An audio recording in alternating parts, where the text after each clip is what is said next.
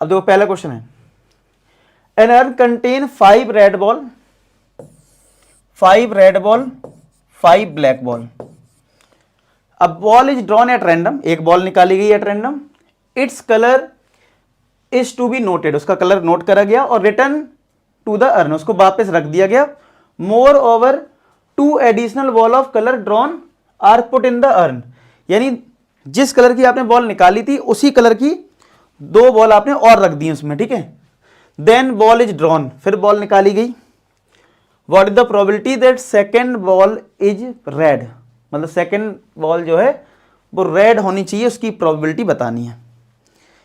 अब देखो जब आपको पता है कि जब आप बॉल निकाल रहे हो तो 2 टाइप से निकल सकती है, एक रेड निकल सकती है या ब्लू निकल सकती है, तो 2 केसेस बन सकते हैं, क्योंकि जब आप रेड निकालोगे तो 2 बॉल रख दोगे और जब ब्लैक निकालोगे तो ब्लैक कलर की 2 बॉल रख दोगे, यस और नो।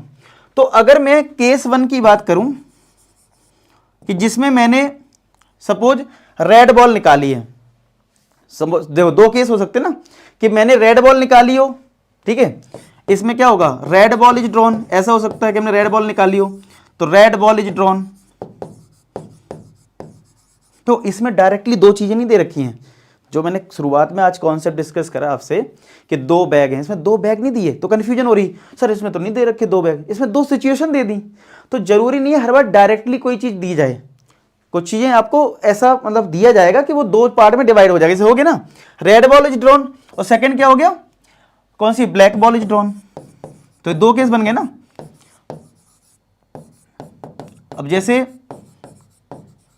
जब आप 2 बैग लेते हो तो आप बोलते हो दोनों की हाफ हाफ प्रोबेबिलिटी, बस हाफ हाफ नहीं है, तो अगर रेड बॉल की प्रोबेबिलिटी को मैं P प्रोबेबिलिटी बोल दूं तो वो कितना हो गया, 5 रेड बॉल है यानी 5/10 यानी 1/2, और Pe2 ब्लैक बॉल की मैं बात करूं, मतलब मैं लिख भी देता हूं, E1 मेरे लिए रेड बॉल है और E2 मेरे लिए क्या है, व्हाइट बॉल है, ठीक है।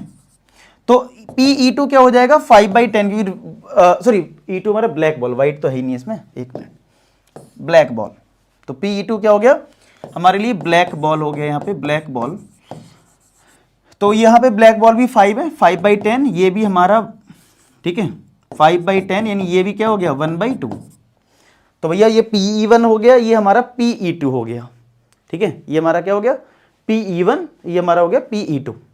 अच्छा अब Pe1 Pe2 जैसे मैंने आपको स्टार्टिंग लॉजिक बताया 2 पार्ट में डिवाइड हो गया। अब हमारा जो A होता है वो फिक्स है। अब A क्या है, देखो जब आपने ये दोनों केस कर लिए उसके बाद जो सेकंड बॉल निकालनी, आपको निकालना क्या है, what is the probability that second ball is red. अब देखो ये नहीं बताया कि इस वाली सिचुएशन में रेड बॉल की प्रोबेबिलिटी निकालनी है, इस सिचुएशन में निकालनी है, यानी दोनों का निकालना है, यानी ये टोटल प्रोबेबिलिटी का क्वेश्चन है। किसका है, टोटल। मैंने कहा था ना कि टोटल प्रोबेबिलिटी कैसे आइडेंटिफाई करोगे, ये टोटल प्रोबेबिलिटी है। टोटल प्रोबेबिलिटी में बस ये बोल देगा कि 2 सिचुएशन जो है उसमें ये काम करो, तो आपको टोटल प्रोबेबिलिटी लगानी है। अदरवाइज अगर ये बोलता कि भैया पहली वाली सिचुएशन से, यानी कि जिसमें रेड बॉल निकाली गई है उसका बताओ, तो वो बेयस थ्योरम बन जाएगी, यानी फेवरेबल ऊपर रखना पड़ेगा, नीचे टोटल रखना पड़ेगा। बात समझ लो, डिफरेंस समझ लो। तो अब यहां पे क्या होगा, अब हमारे लिए ए क्या है, second ball is red, second ball कैसी है, रेड होनी चाहिए, तो इसको हम रिप्रेजेंट करेंगे PA/E1 और यहां पर रिप्रेजेंट करेंगे PA/E2 से। तो चलो अब E1 वाली में सिचुएशन में ये था कि अगर बैग में आपने रेड बॉल निकाली, जैसे कि इसमें निकाला गया E1 के अकॉर्डिंग, तो ये क्वेश्चन में बोला गया था जो बॉल आप निकाल रहे हो तो 2 एडिशनल बॉल और रख दी गई हैं। तो इस सिचुएशन के अकॉर्डिंग आपने अगर रेड बॉल निकाली थी, उस रेड बॉल को वापस रखने के बाद 2 बॉल और रख दी रेड, क्योंकि रेड निकाली तो रेड ही रखनी है, तो 5 पहले से थी, तो इस सिचुएशन में अब हमारे पास 7 रेड हो जाएंगी और 5 व्हाइट। तो अब इस सिचुएशन के अकॉर्डिंग हमें जो बॉल निकालनी वो रेड निकालनी। तो अब बताओ रेड बॉल की प्रोबेबिलिटी क्या होगी, 7 फेवरेबल हो गया और टोटल हमारा कितना हो गया 12, 7 + 5, ठीक है। अब इस सिचुएशन पे आते हैं।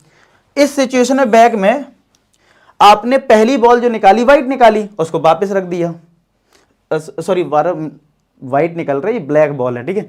तो ब्लैक बॉल निकाल, इधर भी देखो मैंने गलती से डब्लू लिख दिया है, ये वाइट बार बार माइंड में आ रहा है, एक्चुअली ब्लैक है, ठीक है।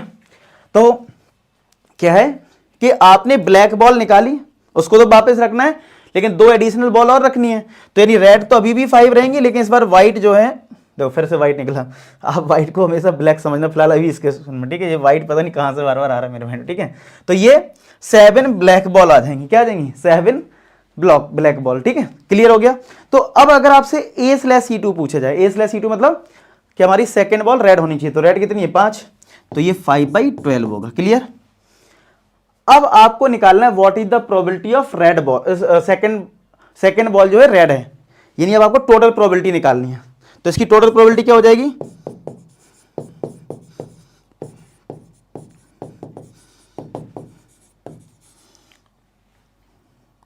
Total probability of red ball क्या हो जाएगी, Pe1 मतलब पहले ही वाली सिचुएशन इनटू उससे रेड बॉल निकालना है, यानी कि Pe1 इंटू Pa/E1। अब दूसरी सिचुएशन भी है, तो Pe2 इंटू Pa/E2, ठीक है।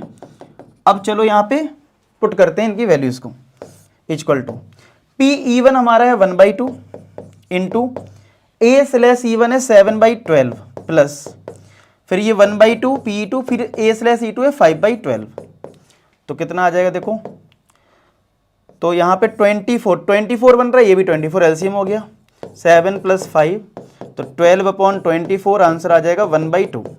तो ये आ गया इसका आंसर, अपनी एनसीईआरटी से मैच कर लेते हैं। 13.3 फर्स्ट क्वेश्चन 1/2 क्लियर हुआ। तो आपको ये पहचानना आना चाहिए टोटल प्रोबेबिलिटी का या बेस थ्योरम का है, ठीक है। तो उम्मीद करता हूँ ये समझ में आ गया होगा, नोट कर लो, ठीक है।